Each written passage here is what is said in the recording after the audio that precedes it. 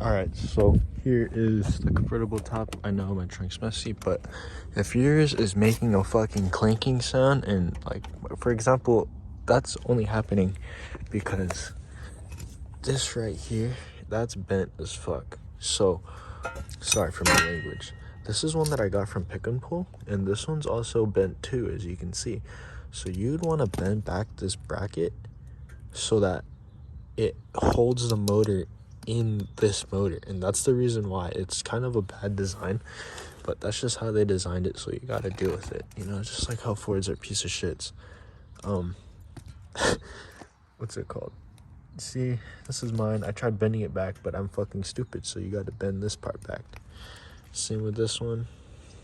Like, I'm not sure. Yeah, so you just gotta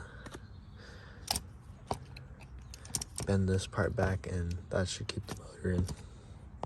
I'm not really sure how I'd go about bending this back, but I actually had a friend who told me that he did it in the car, and he hit this top right corner in, and as you can see, I tried doing that and that happened. So just don't do that.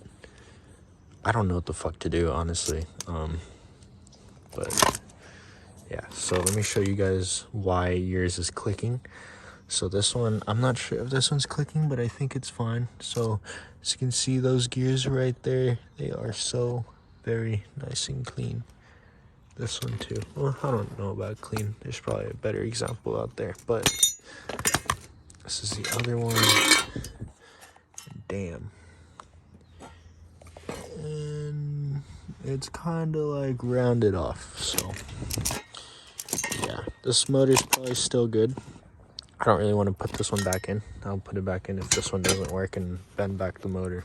But yeah, as you can see, this bracket is bent as fuck. So just bend it back.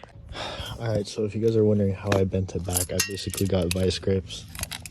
And I grabbed it right here.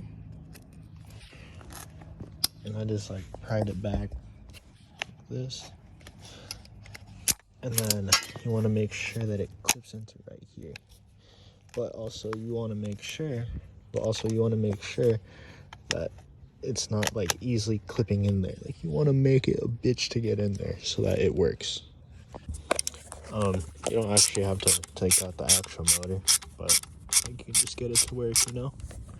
And also, just a reminder, when you're putting this piece back in, when you guys try to take out the motor, it's a splined drive, and like kind of like mountain bikes, if you guys are familiar, when you guys put on the drivetrain on, it's one way only, so just keep that in mind when you guys do it. And then just gotta like put this in, and this gear's not gonna move unless the gear is disconnected or the motor is disconnected. So yeah.